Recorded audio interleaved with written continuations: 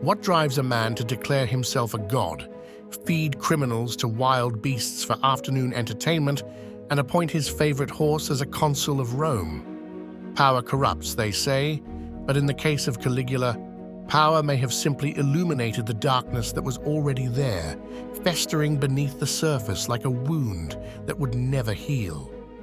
Born Gaius, Caesar, Augustus Germanicus in 12 CE, the young boy who would become Emperor Caligula spent his earliest years among the blood-soaked battlefields of Germania, where soldiers affectionately nicknamed him Little Boots for the miniature military footwear he wore. But those innocent beginnings belied the horror to come. Would those same soldiers have recoiled had they known the monster their beloved mascot would become? Trauma carved deep grooves into young Caligula's psyche. By age 7, he had witnessed his father Germanicus's mysterious death, likely by poisoning. Imagine a child watching his family picked off one by one, powerless to stop it, learning that even the mightiest could fall. Yet Caligula survived, adapting like a creature in darkness. He learned to wear masks, to smile at those he hated, to bend like a reed in the wind. At Tiberius's court on Capri, he witnessed debauchery and cruelty that would have shocked most adults, let alone an impressionable youth. The old emperor's villa was a theater of depravity, where torture and sexual excess were common entertainment. Did something break in young Caligula then, or was he simply taking notes, learning the language of power and perversion that he would later speak so fluently? When Tiberius died in 37 CE, Rome celebrated their new young emperor. Caligula was everything they had hoped for: handsome, charming, generous to a fault.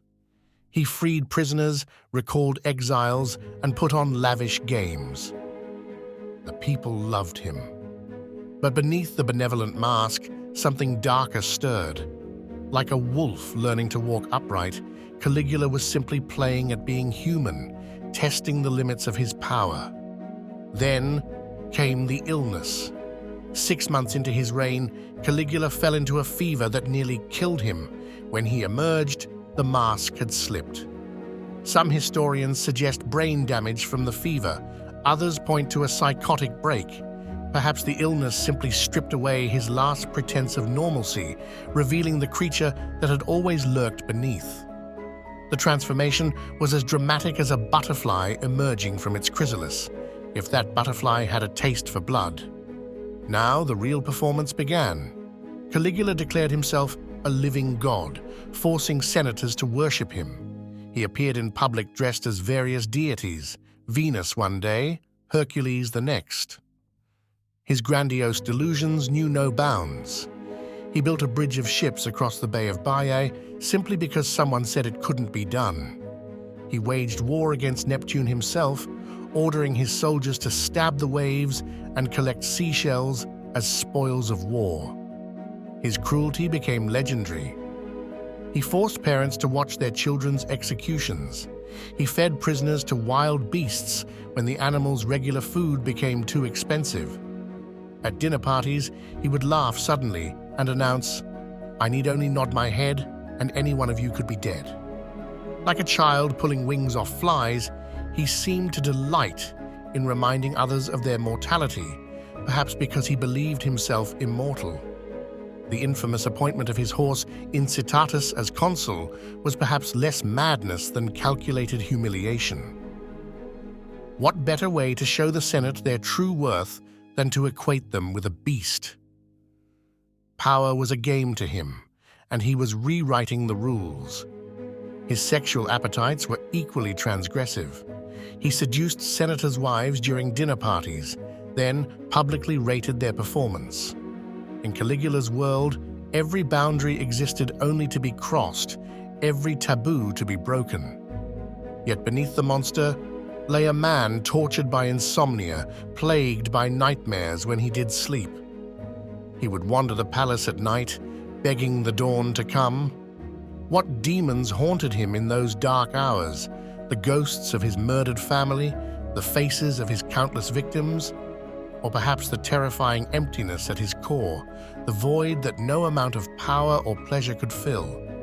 Despite his claims of divinity, Caligula was painfully aware of his mortality. He lived in constant fear of assassination, which became a self-fulfilling prophecy.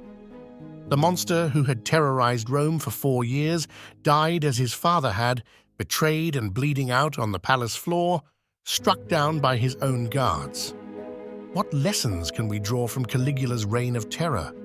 Was he a victim of trauma turned perpetrator, a suffering brain damaged by fever, or something darker, a perfect storm of inherited madness, absolute power, and personal demons? Perhaps he was all of these things, or none of them. Perhaps he was simply a mirror, reflecting back at Rome its own darkness, its own capacity for cruelty and excess. In the end, they tried to erase him. The Senate ordered a damnatio memoriae, a condemnation of memory. His statues were destroyed, his name chiseled from monuments. But some things cannot be forgotten.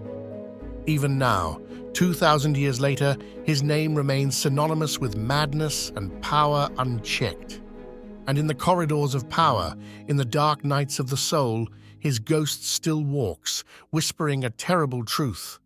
Monsters are not born, they are created. And any one of us, given the right circumstances, might become one. Let us know if you enjoyed this video. Also, let us know in the comments what historical figures you'd like us to profile next. And don't forget to subscribe to the channel if you'd like to see more videos like these.